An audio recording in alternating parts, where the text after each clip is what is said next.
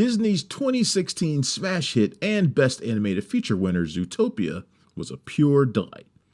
But more importantly, it arrived at a time when its message celebrating diversity was readily acceptable to pretty much everybody. Well, 9 years is a very long time to wait, and things aren't as accepting anymore. Forgive me for thinking that Zootopia 2 might be bland, message-free, and generally less welcoming than before. But leave it to director and co-writer Jared Bush and co-writer Byron Howard to make honoring our differences as fresh, fun, and special as ever, while coming up with some new wrinkles that make Zootopia a place we should aspire for our world to be.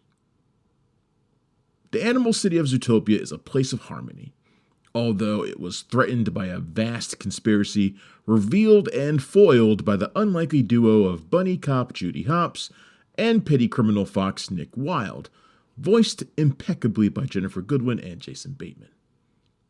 But there are some lingering questions left by the first movie, such as, where are all the snakes at? There are no chatty birds either, but more importantly for Zootopia is the lack of reptile citizens. 9 years is a long time between movies, so the fast-paced opening sequence reintroduces us to Nick and Judy's friendship, which finds them now officially cop partners in the Zootopia police force. But their surprising success hasn't earned them any new supporters, and only a week after becoming a duo, forces are conspiring to split them apart, seeing their success as a fluke. Even Chief Bogo, voiced again by Idris Elba, who admits he has grown to like Judy despite himself, won't be able to keep them together if they can't score some wins. Set during the Zutennial, celebrating 100 years of peace and cooperation between the various animal and mammal tribes, this is only possible due to the weather wall, an ingenious system that provides for every type of climate. It was believed to have been created by Ebenezer Linksley, an ancestor in the prosperous Linksley family, who continued to be wealthy power players influencing politics from the shadows.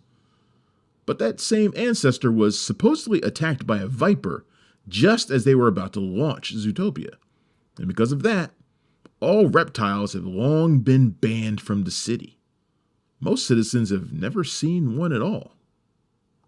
Except there might be one in town now. And it's not just another conspiracy theory by the podcasting beaver Nibbles Maplestick, voiced by Fortune Feimster.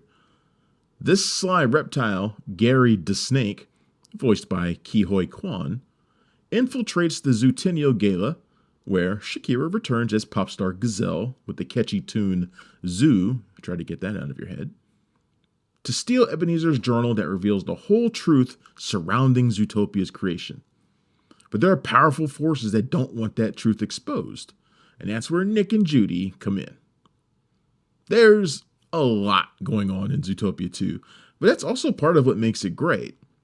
Every new component adds something vital, whether it's the characters such as Nibbles, Gary, or the Schwarzenegger-esque horse mayor Brian Windancer, voiced by Patrick Warburton, or estranged Linksley family member Paulbert, voiced by Andy Samberg, or new locations such as the lush New Orleans swamp town of Marsh Market, where we meet Rango-like basilisk Jesus, voiced by Danny Trejo.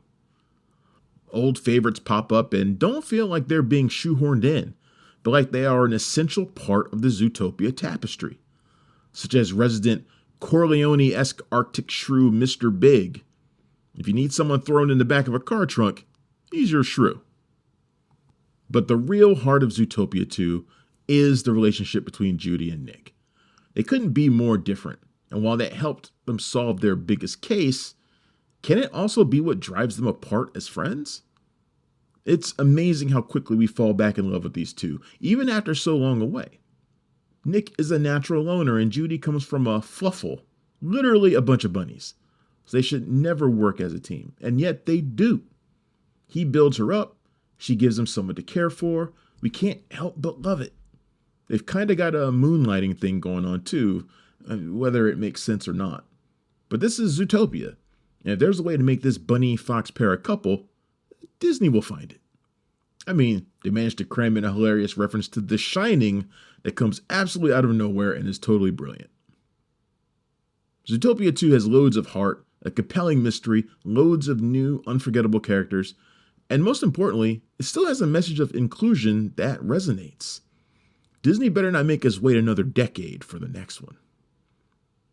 Zootopia 2 is in theaters now, and it gets a 4 out of 5.